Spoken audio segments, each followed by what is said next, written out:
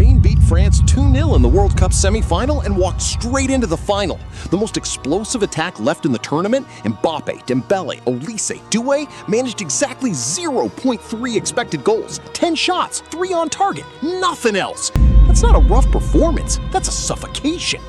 Here's the part that should confuse you. Spain isn't some low-possession, smash-and-grab side hiding behind the ball. They're averaging 68% possession this tournament, the highest of any team left in the draw. That's tiki-taka math, Xavi and Iniesta math, and almost nobody is calling this Spain team beautiful. Half the country's calling it boring. So stick with me, because by the end of this video, you'll know exactly why the same coach who won a European championship playing width and pace just turned Spanish football's most sacred style into a weapon nobody can solve, and why strangling Kylian Mbappé in that semi-final might be the proof that beauty was never really the point. Here's what almost nobody explains properly about tiki-taka. It was never a philosophy you could just decide to run. It needed Xavi's vision, Iniesta's balance, and David Villa's finishing all peaking at the exact same time on the exact same roster.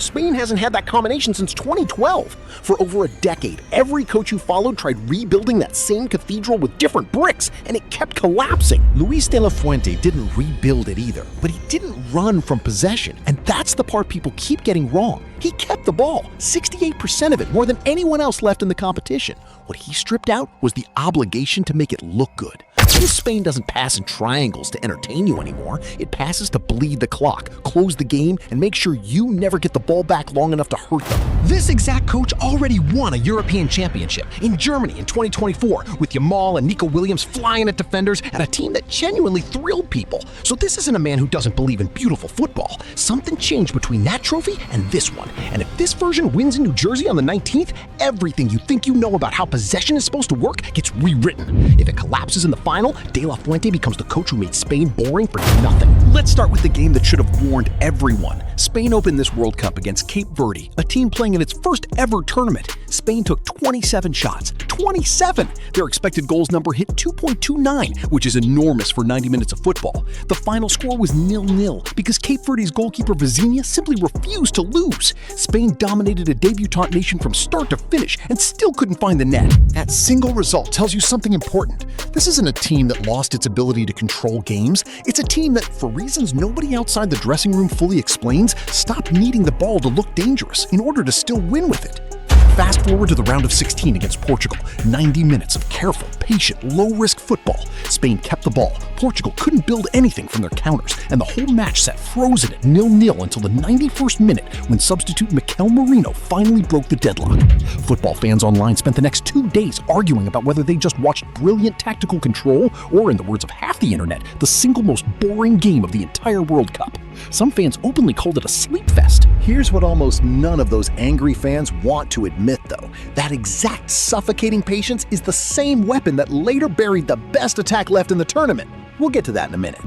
The quarterfinal against Belgium finally cracked the streak. Fabian Ruiz scored early. Charles de Ketelaere equalized for Belgium before halftime, and it stayed level deep into the second half until Merino came off the bench again and scored the winner in the 88th minute. That de Ketelaere goal matters more than it looks. It's still the only goal any team has managed against Spain in this entire World Cup. 7 games in, 1 goal conceded. Not because Spain gave up on the ball, because they turned holding on to it into a form of defense. Here's the part that should genuinely worry whoever Spain faces next. Heading into the semifinals, Spain had faced only 19 shots across 6 matches. 3 of those were on target. Their expected goals against set at 0.85 for the entire tournament. Opponents had completed just 60 passes into Spain's penalty area in 6 games combined. 58% of the shots Spain allowed came from outside the box, which means teams weren't just failing to score against Spain, they weren't even getting close enough to try. And then there's the number that explains all of it. On average, opponents get 2.9 passes and 7.7 seconds with the ball before Spain takes it back. 7 seconds. That's how long anyone gets to build an attack against this team before it's over. At the center of that machine is Rodri, who has attempted and completed more passes than any other player at this World Cup. When Spain has the ball, he regularly drops between center backs Aymeric Laporte and 19-year-old Pau Cubarsí, forming a back three that echoes the exact role Sergio Busquets played for Spain for more than a decade. Different player, same job.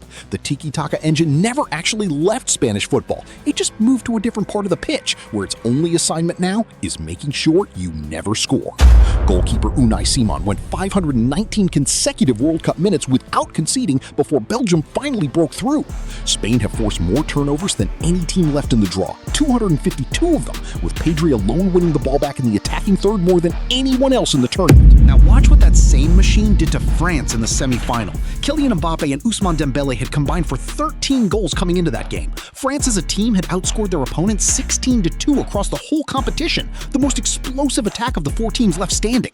Spain held Mbappé, Dembélé, Olise, and Doué to 10 shots, 3 on target, and 0.3 expected goals combined. Nobody scored. Nobody even came close enough to make you nervous. That's not luck. That's a system that has been quietly perfected for 7 straight games, and in the semi-final, it dismantled the scariest attack in the entire tournament. But if that system is this complete, why does almost everyone still insist on calling this team boring? That question is about to get uncomfortable. Is Spain actually boring? Or has this whole tournament just been angry that Spain stopped doing everyone a favor?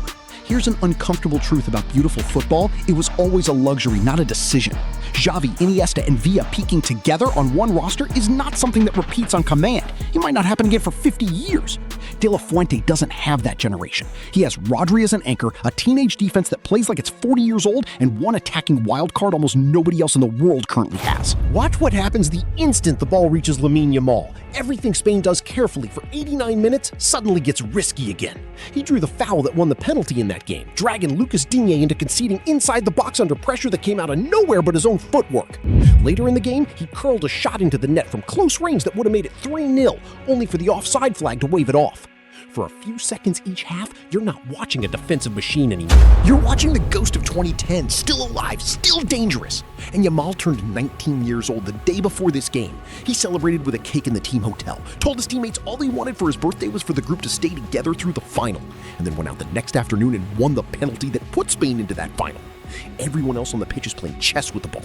Yamal is still the only one allowed to play jazz, and De La Fuente seems to know exactly when to let him. Here's the part that actually flips the whole boring argument. Spain has done this before. In 2010, the same country that supposedly invented beautiful football won its only other World Cup by grinding out a scrappy, foul-heavy final against the Netherlands, a game remembered less for elegant passing and more for 14 yellow cards and one especially brutal kung fu kick to the chest that somehow didn't end in an instant red.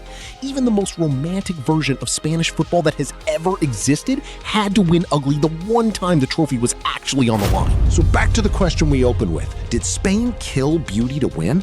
No. Spain figured out that beauty was never actually why they used to win in the first place. Talent was. Xavi, Iniesta, and Villa made possession look like art because they had no equal.